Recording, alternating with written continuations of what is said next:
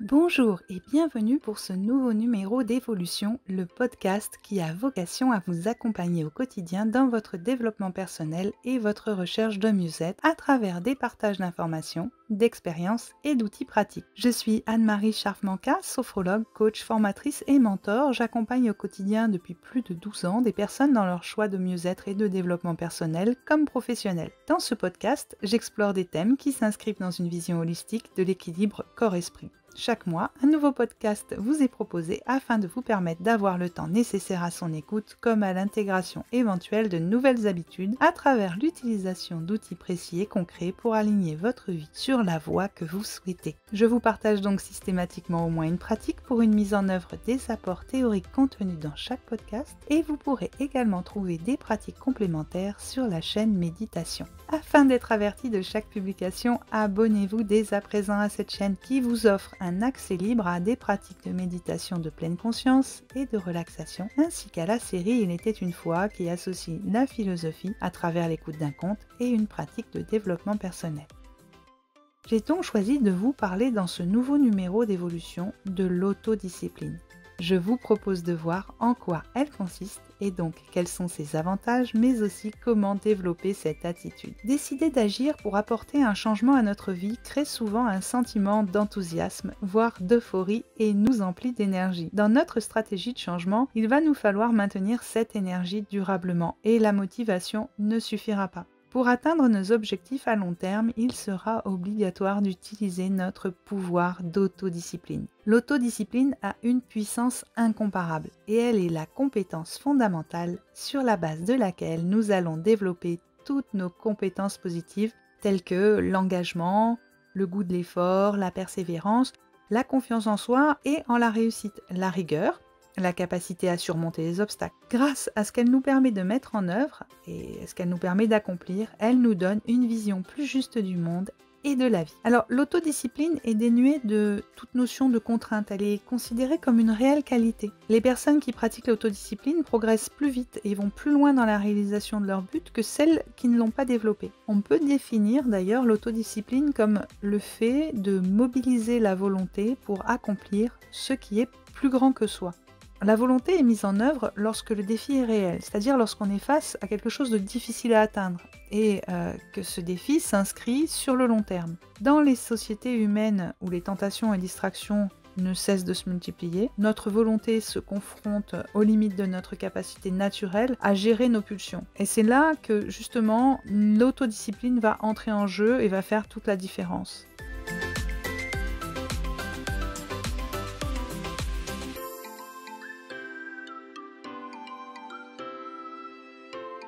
Alors l'autodiscipline prend naissance dans notre cerveau et celui-ci profite en retour des bienfaits de l'autodiscipline. Deux zones du cerveau sont particulièrement concernées ici. D'une part, il y a le cerveau limbique, aussi appelé cerveau émotionnel.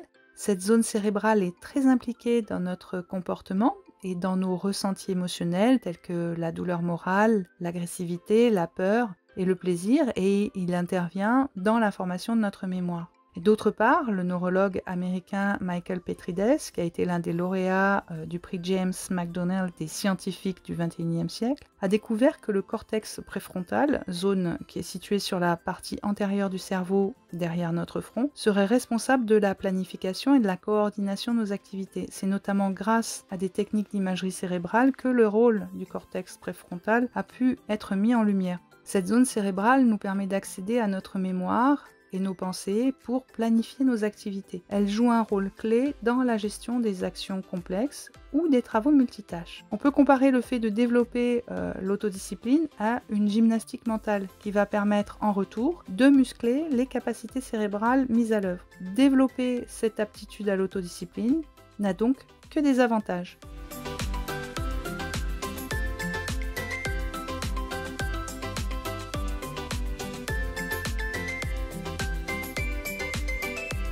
Jack Canfield, auteur, conférencier et expert en développement personnel, explique, dans son livre Le pouvoir de l'autodiscipline, l'art de tout accomplir sans limite, que l'autodiscipline naît de l'utilisation de notre force intérieure et conduit à la maîtrise de soi. Ainsi, Jack Canfield établit que pratiquer l'autodiscipline, c'est pouvoir maîtriser nos comportements et nos pensées, Se débarrasser des mauvaises habitudes qui nous limitent et les remplacer par des habitudes plus productives. Par exemple, se plaindre en se focalisant sur ce qui ne va pas ou ne nous plaît pas au lieu de se concentrer sur ce que l'on veut. Blâmer autrui ou les circonstances au lieu d'accepter notre pleine responsabilité. Vivre pour les autres, car pour aider efficacement les autres, il faut être capable avant tout d'honorer notre propre vie et suivre notre chemin en écoutant notre intuition. Ou avoir l'esprit fermé à tout au lieu de le laisser ouvert afin de lui permettre de s'épanouir en expérimentant de nouvelles choses. Ou bien encore vivre en mode automatique plutôt que prendre conscience de nos idées et nos actions dans l'instant présent et ainsi reprendre le contrôle de notre vie. Jack Canfield compare la pratique de l'autodiscipline à un art qui se base sur la réalisation d'une multitude d'actions nées de choix que nous faisons.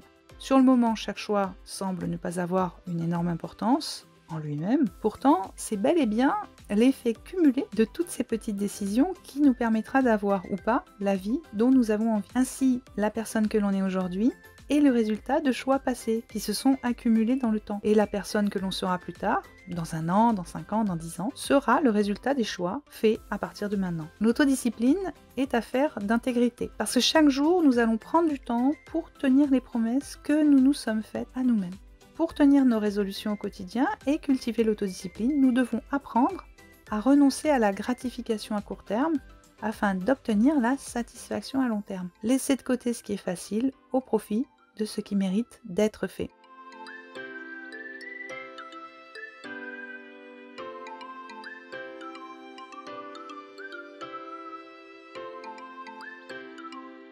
Jack Canfield liste dans son livre les 10 habitudes communes à toutes les personnes qui maîtrisent l'autodiscipline.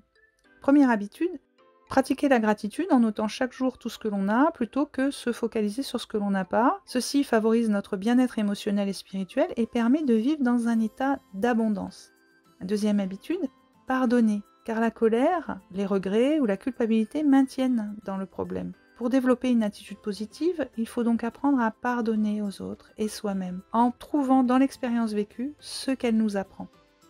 Troisième habitude, pratiquer la méditation 10 à 15 minutes par jour car cela permet de se libérer des pensées négatives et de calmer le mental. La méditation va permettre de cultiver, développer notre capacité d'attention. Elle nous entraîne à nous focaliser sur l'instant présent. Cette capacité à être dans l'instant présent permet d'être plus efficace dans la réalisation de nos objectifs. Vivre l'instant présent permet de se concentrer sur l'objectif, sur la tâche à accomplir. Cette pleine conscience de ce qui se passe dans l'instant nous permet aussi d'identifier et éliminer les distractions qui impactent négativement la réalisation de notre objectif et de nous focaliser sur ce qui est passionnant dans la réalisation de ce but. Quatrième habitude, noter par écrit les objectifs que l'on veut atteindre. Ceux-ci doivent avoir profondément du sens pour vous, ils doivent également être spécifiques, c'est-à-dire précis et mesurables, puis planifier leur réalisation étape par étape, chaque étape étant précisément répartie dans le temps. Pour cela, notez un objectif que vous souhaitez atteindre et quand vous voulez l'avoir atteint, en ayant une vision raisonnable et cohérente des choses, par exemple perdre 10 kg en un mois ne serait pas raisonnable pour votre santé, ou bien encore se fixer d'avoir un six-pack parfait en 15 jours si vous n'avez fait aucun sport depuis des années, serait probablement incohérent. Notez ensuite ce que vous devrez faire pour l'atteindre en incluant les 10 bonnes pratiques listées par Jack Canfield. Préparez votre plan d'action de la première semaine, premier mois et ainsi de suite.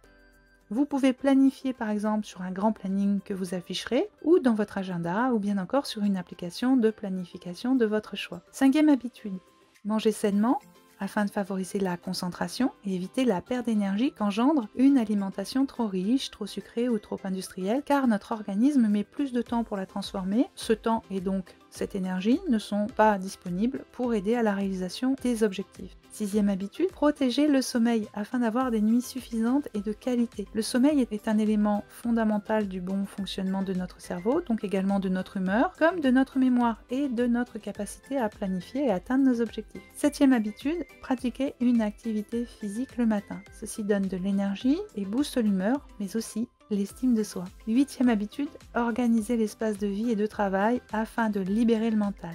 Le cerveau aime l'organisation et cette dernière est source de temps gagné et d'énergie épargnée. Neuvième habitude, gérer le temps afin de le dépenser plus utilement dans la réalisation des projets sans se laisser distraire par l'urgence. Si une urgence se présente, gérez-la, mais aussi notez-la dans votre planning afin de la cocher en fin de journée. Si elle a eu des conséquences sur vos actions planifiées dans l'accomplissement de votre projet, dès que possible, ou sinon, dès qu'elle est complètement résolue, revenez à 100% à votre projet. 10e habitude, persistez face aux difficultés et face à l'échec. L'échec est un apprentissage. Pour réussir, il est fondamental de s'habituer à persévérer. En cas de doute, plutôt que de craindre l'échec éventuel, cherchez comment d'autres ont réussi ce que vous voulez réaliser. Et focalisez-vous sur la satisfaction que vous ressentirez une fois l'objectif atteint.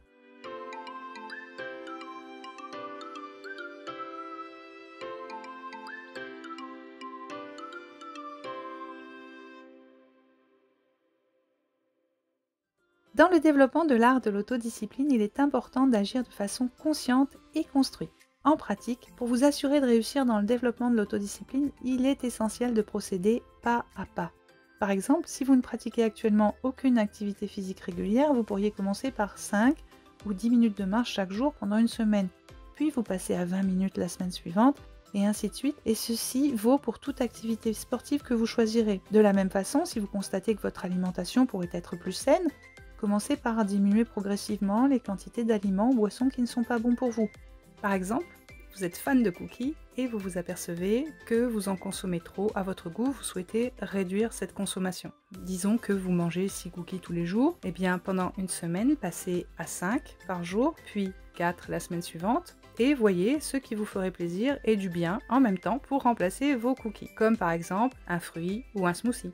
Il est également important de savoir écouter ce qui se passe en soi. Si un jour vous vous sentez moins en forme et n'avez pas envie de faire preuve d'autodiscipline, ne vous jugez pas, mais prenez un moment pour le noter, pour écouter vos ressentis émotionnels et physiques et les mettre par écrit également. Interrogez-vous sur leur raison d'être. Peut-être un manque de sommeil, peut-être une habitude alimentaire à repenser, une activité sportive à adapter ou toute autre raison. Une fois l'origine identifiée, notez quelles solutions vous allez mettre en place pour y remédier. On l'a vu, notre mental est un allié essentiel dans le développement de l'autodiscipline. Pour permettre cette réussite à laquelle on aspire, quel que soit le projet, il va être nécessaire d'apprendre à chasser les éventuelles pensées négatives pour laisser la place aux pensées positives. Chasser le doute pour laisser la place à la volonté et à la confiance. Pour cela, nous avons vu que la pratique sportive et la méditation sont des éléments fondamentaux de notre succès. Sachant que notre mental ne fait pas la différence entre ce qui est réel et ce qui est imaginaire, vous n'avez plus qu'à laisser toute la place dans vos pensées à votre réussite absolue. De la même façon, si vous développez des craintes, des doutes, vous donnez à ces craintes ou ces doutes toutes les chances de se vérifier. Chaque matin au réveil et chaque soir avant de vous endormir, je vous invite à anticiper mentalement votre réussite en la vivant, comme si elle était déjà accomplie, et en ressentant tous les effets positifs qu'elle va avoir sur vos émotions, donc vos ressentis corporels, et dans votre vie. Vous la vivez par anticipation, dans ses moindres détails, en y intégrant tout ce qui pour vous est la preuve que votre objectif est atteint. Des images, des sons, des pensées positives, des émotions agréables, des sensations corporelles plaisantes. Cette autodiscipline vient de vous. Elle ne tient qu'à votre volonté de réussir, elle ne dépend que de vous. Jim Rohn, écrivain et coach en développement personnel et en motivation dans le monde des affaires, a dit « Nous devons tous souffrir d'une douleur, soit la douleur de la discipline, soit celle du regret. La différence est que la discipline pèse quelques grammes, alors que le regret pèse des tonnes. » Ce podcast est à présent terminé. Merci pour votre écoute. Si le sujet vous a intéressé, et si ce n'est déjà fait, je vous invite à vous abonner et à cliquer sur la petite cloche afin d'être informé de prochaines publications. Et s'il vous semble que cela puisse intéresser ou être utile à quelqu'un autour de vous, je vous en prie, partagez librement. Je vous en remercie de tout cœur par avance. Continuez à prendre soin de vous et à faire de vos rêves une réalité, et au plaisir immense de vous retrouver prochainement.